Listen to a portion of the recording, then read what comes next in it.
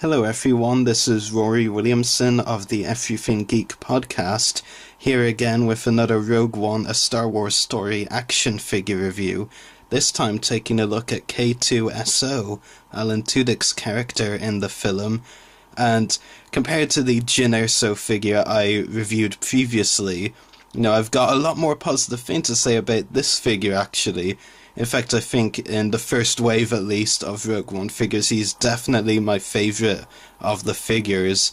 He's actually a near-perfect figure, especially for a figure that, supposedly, technically, only has 5 points of articulation. I'll get into the supposeds and the technicalities in a minute. I don't even think supposed is a word, to be honest, but it sounded good.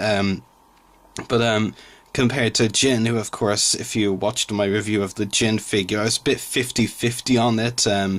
It had good qualities in it, sure, in that figure, but the K-2SO figure is nearly flawless. A couple of minor complaints, of course, being me, I have to have a couple of minor constructive complaints, but, mostly it's a very good figure. But before I do get into the figure, I'm going to show you the packaging for the figure. There's a really nice artwork of K-2SO there. It makes it look like he's running. And of course the name down there, K-2SO. He has a zipline action feature, which I will talk about more in a moment. The Star Wars Hasbro app, which of course is coming with these figures. Up top here, Star Wars Rogue One logo. Add the Imperial Death Trooper logo for the packaging for all Rogue One merchandise items. It's very nice. On the back of the packaging, there's another plug basically for the Hasbro app. A nice image of K-2SO there, and a description of the character himself. The description reads, a reprogrammed Imperial security droid now loyal to the Alliance. K-2SO is an alarming sight standing within a secret rebel base. The pragmatic droid is an effective insertion agent. Actually, I said it right the first time. As he can blend in perfectly at Imperial installations and outposts. So, a very interesting read, that's for sure.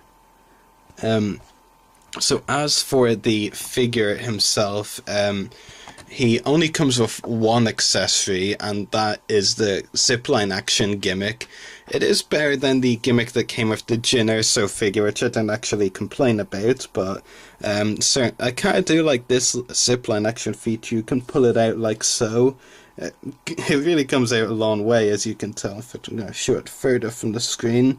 So you can hold it out that far, and it's, not bad. It's, compared to other gimmicks we've seen in Star Wars figures over the years, it's by no means the worst. In fact, in a weird way, I kind of almost like it, actually. And even though I strongly think it's not going to be in the film, it is definitely a gimmick for the kids. It can actually attach to K-2SO's arm if you so want it to. In fact, that's not how it connects. You can basically kind of attach it there, like so.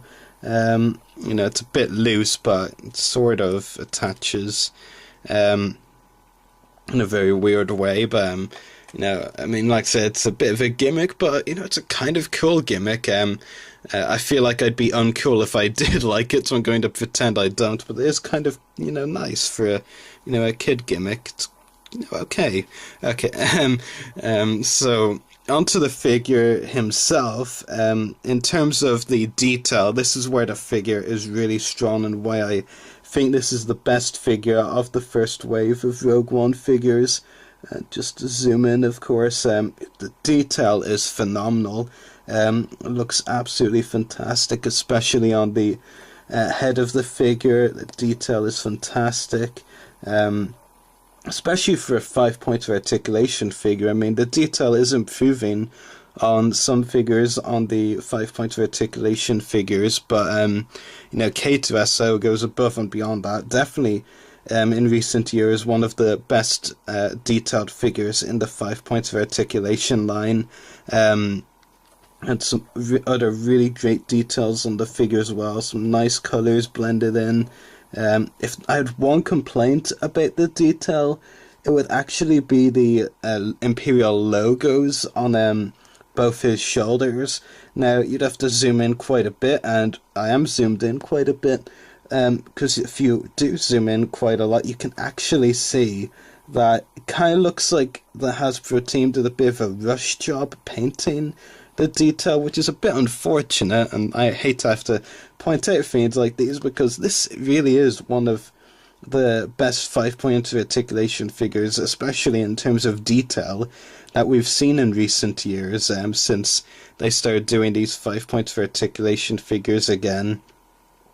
But it is very unfortunate because it does kind of look like they did a bit of a rush job on the Imperial logo.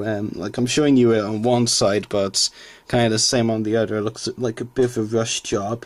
And like I said, I hate to point out details like that because it is something very small, especially when you compare it to how good the rest of the detail on the figure looks. But I kind of have to look for things like that, look for any little thing to point out and constructively critique. Like I said, unfortunate, but it is what it is. It's a small thing, but yeah, it's something. What was actually interesting, and I didn't even notice this about the character actually until I bought the figure, is that the back of him here kind of looks, it's almost like a Stormtrooper-esque backplate. Like if you look at the Stormtrooper armor, it kind of has like a similar backplate, so it's kind of interesting. And when I say backplate, I'm referring to this area here. I'll take you a bit closer and give you a sideways view of it. It does look quite like a Stormtrooper backplate, which is fairly interesting actually. It's a nice touch, if that is indeed intentional, which it's Star Wars, and we all know how passionate the people behind Star Wars are about the films they're creating, especially, director Gareth Edwards. We know how passionate he is, so, that probably is deliberate. I'm going to say it's deliberate until someone tells me otherwise, which I don't think will happen, because I'm fairly confident it was deliberate. So yeah, really great detail on the figure. That's definitely the really outstanding point of the figure, is the detail. But the articulation, for a 5-point articulation figure, like I said, technically, it is really nice because the articulation actually includes a double ball-jointed neck. There is a lot of movement in the neck.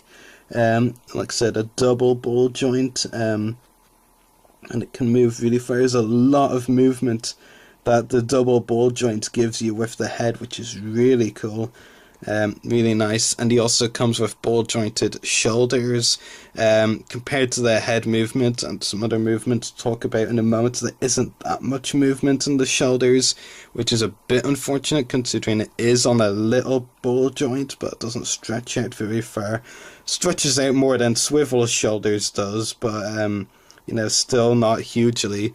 But then he also has ball-jointed hips, or legs, whichever you prefer for a droid, whichever term you prefer, I should say. And his legs have so much movement, like lots of movement in the legs, which is really neat. I didn't expect much movement because it is, of course, a 5-point articulation figure.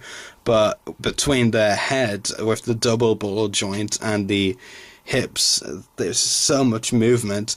The one unfortunate thing, which is kind of a throw-off, I know, for some people, in the terms of the articulation, because of the way the character is designed, like his design, with some of the joints standing out, it kind of looks like some joints, like the knees and arms are articulated. They're not, which is a little bit of an interesting thing, considering the way the joints stand out because of the character's design. But now the articulation points, the double ball jointed neck, the shoulders and the hips are the only articulation points the figure has.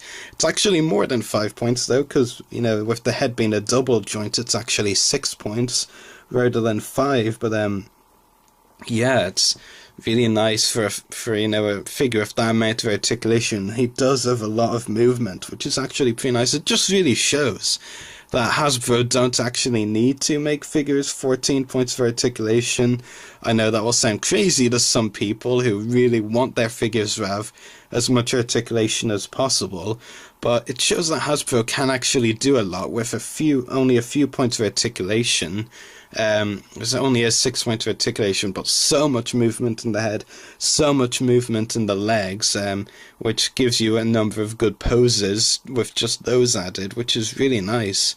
And I should specify ball jointed head and hips. They allow for really good movement. Of course, swivel hips, like we see on a lot of other figures, with 5 point articulation, don't allow for a lot of movement at all. I was referring specifically to figures that have ball jointed hips, like K-2SO does.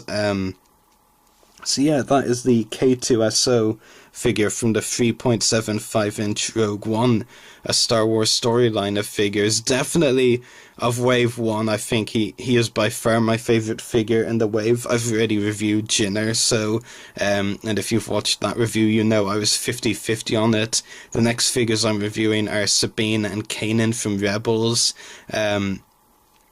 But they're good figures. I have positive things to say about both of them, but K-2SO is definitely the best of the wave.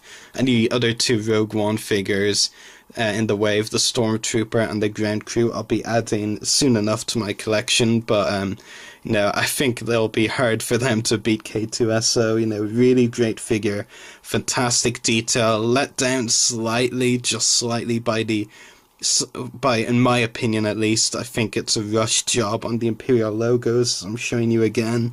The accessory, there's only one, and it's a kid gimmick, but compared to other kiddie gimmicks we've seen in Star Wars figures, the zipline isn't bad at all. In fact, like I said, I kind of like it. And the articulation, for a figure that has 6 points of articulation, there is a lot of movement, particularly with the neck and the hips.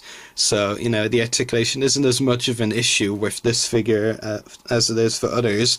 Of course, I would recommend it. If you're a collector, you're probably more likely to go for the 6-inch figure anyway, which will give you even better detail, even better articulation. But for a 5 point articulation figure, 6 technically really, it does still have a lot of movement. The detail is brilliant. So if you're a parent and are looking for a Rogue One figure for the kids, I definitely recommend this one. It's the one that looks most like the character. Jin's doesn't really that much.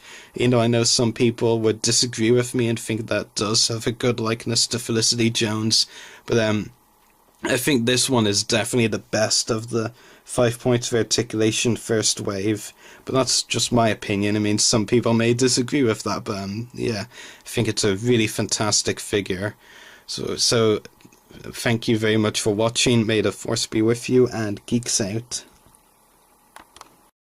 But yeah, it's a fairly nice design. It's not the worst thing we've ever seen for a kid gimmick, I'll just say that much. But it is what it is, of course. This firing projectile. So I'll put that aside, because like I said, it is what it is. Come with like 1 or 2 accessories.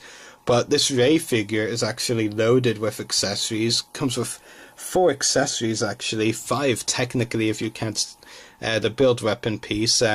She comes with this Skywalker lightsaber.